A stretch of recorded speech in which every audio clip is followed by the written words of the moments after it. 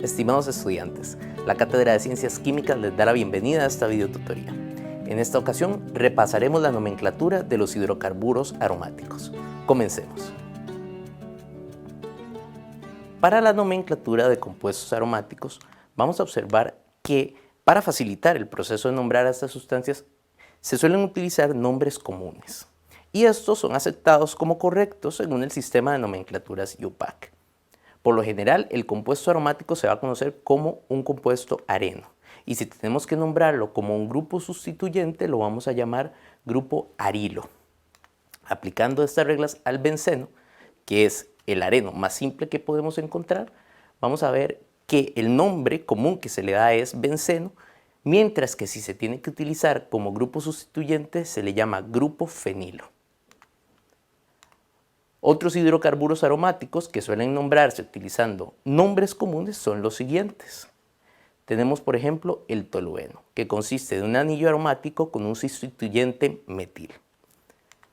Tenemos, por ejemplo, el cumeno, que consiste de un anillo aromático con un sustituyente isopropil. Tenemos, por ejemplo, el estireno, que consta de un anillo aromático con un sustituyente vinil. Y tenemos el sileno, un anillo aromático que presenta dos sustituyentes de tipo metil. Cuando empezamos a nombrar sustancias aromáticas que presentan más de un sustituyente en el anillo aromático, vamos a seguir ciertas reglas para poder llevar el orden de la manera en que tenemos que nombrar a los átomos de carbono en la estructura. La primera de estas reglas es que si hay dos sustituyentes en el anillo aromático, es posible obtener tres estructuras isoméricas. Para apoyarnos en este concepto vamos a observar la imagen que tenemos en la pizarra. En este caso tenemos un anillo aromático que tiene un solo sustituyente, un sustituyente de tipo metil. Ahora, dependiendo de la posición en la cual se ubique el segundo sustituyente, vamos a tener tres posibilidades de isómeros. Primeramente, si el segundo sustituyente se ubica en el carbono 2, lo vamos a llamar isómero de posición 1,2 o isómero orto. Si el sustituyente segundo que está entrando al compuesto se ubica en el carbono de posición 3, lo vamos a llamar isómero de posición 1,3 o isómero meta. Y si el sustituyente entra en el cuarto átomo de carbono, lo vamos a llamar un isómero de posición 1,4 o isómero para. Ahora vamos a observar que en este caso, como estamos hablando de que tenemos solamente un sustituyente metilo más otro sustituyente que se va a agregar a la cadena, no importa de qué lado del sustituyente 1 coloquemos al sustituyente 2. Si está en el átomo de carbono anexo, va a ser un isómero de tipo orto. Y si está en el isómero del carbono 3 correspondiente, siguiendo el orden de numeración de la cadena, va a ser un isómero de tipo meta. Vamos a observar esto de una manera más clara analizando los isómeros del compuesto sileno, que recordemos que el sileno tiene dos grupos metilos como sustituyentes. Si los dos grupos metilos se encuentran en las posiciones 1,2, lo vamos a llamar 1,2 dimetilbenceno o también podemos usar el nombre común y llamarlo un isómero ortosileno o osileno.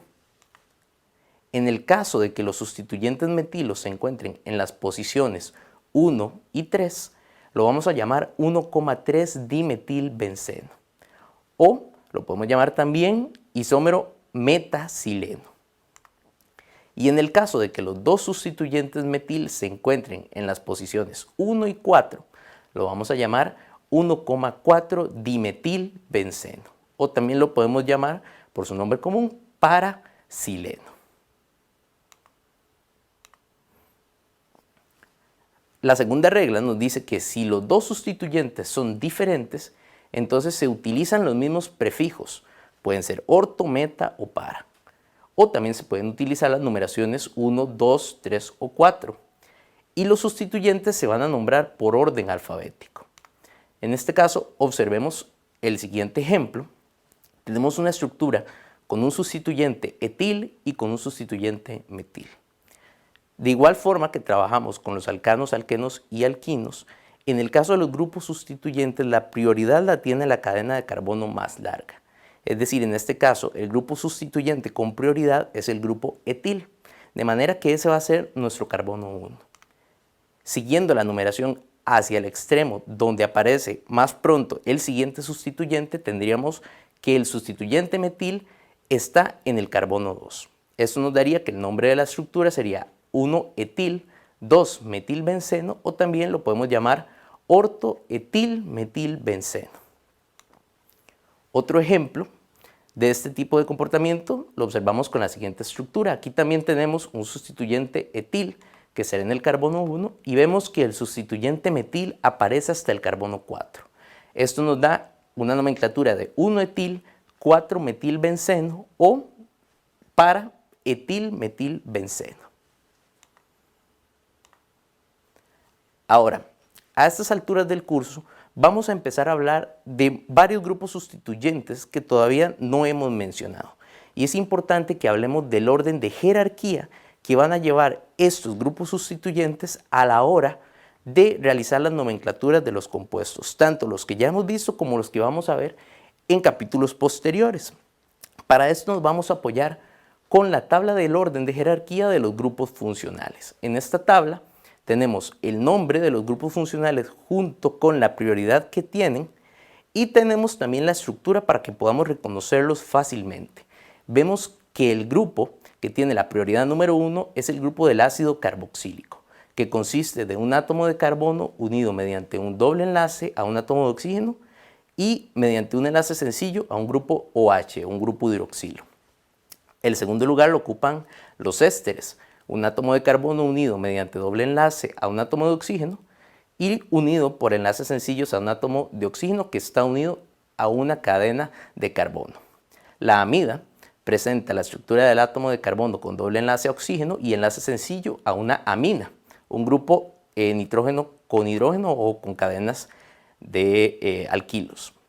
Tenemos el grupo nitrilo que tiene un átomo de carbono unido con triple enlace a un átomo de nitrógeno. Le sigue el grupo aldehído con un átomo de carbono unido mediante doble enlace al átomo de oxígeno y luego con enlace sencillo a hidrógeno. En sexto lugar está la acetona, un átomo de carbono unido a un doble enlace con oxígeno y mediante un enlace sencillo a dos cadenas de carbono. El séptimo grupo, que son los alcoholes, es el grupo de oxígeno unido a hidrógeno o grupo hidroxilo. El grupo de las aminas es un grupo alquilo unido a un átomo de nitrógeno. En el caso del éter tenemos una cadena de carbono unida a un átomo de oxígeno que en el otro extremo tiene otra cadena de carbono. Los dobles enlaces y los triples enlaces ya los conocemos. En el caso número 12 tenemos al grupo nitro, que es el grupo NO2. En tercer lugar tenemos a los halógenos, que es el grupo de la familia halogenada de la tabla periódica, flúor, cloro, bromo o yodo. Y en el número 14 tenemos a los radicales, que son cadenas de carbono. Este orden de jerarquía es importante porque me va a definir qué grupo funcional o qué grupo sustituyente tiene jerarquía para nombrar como carbono 1 a la hora de realizar nomenclaturas. Entonces es importante que lo recordemos para los capítulos que están por venir. Finalmente, una tercera regla que tenemos para la nomenclatura de los compuestos aromáticos es que si hay más de 3 sustituyentes en el anillo aromático, se tiene que especificar su posición por medio de números. Ya no vamos a utilizar la nomenclatura orto, meta y para. Simplemente vamos a usar la numeración. Por ejemplo, tenemos en este caso un anillo de benceno con 3 grupos metil sustituyentes. Llevaría el nombre de 1,2,3 trimetilbenceno. En el segundo caso tenemos 2 grupos metil y un grupo etil. El grupo etil, como tiene la cadena de carbono más larga, va a ser el que tiene la prioridad. Así que ese va a ser nuestro carbono 1. El compuesto se llamaría 1-etil 3,5 dimetilbenceno. Y finalmente tenemos este ejemplo donde la prioridad de numeración la tiene el yodo por ser un grupo halógeno. Entonces el yodo está ubicado en nuestro carbono 1 y la nomenclatura sería 1 yodo 3,5 dimetilbenceno. De parte de la Cátedra de Ciencias Químicas, esperamos que esta videotutoría haya sido de su utilidad. Muchas gracias.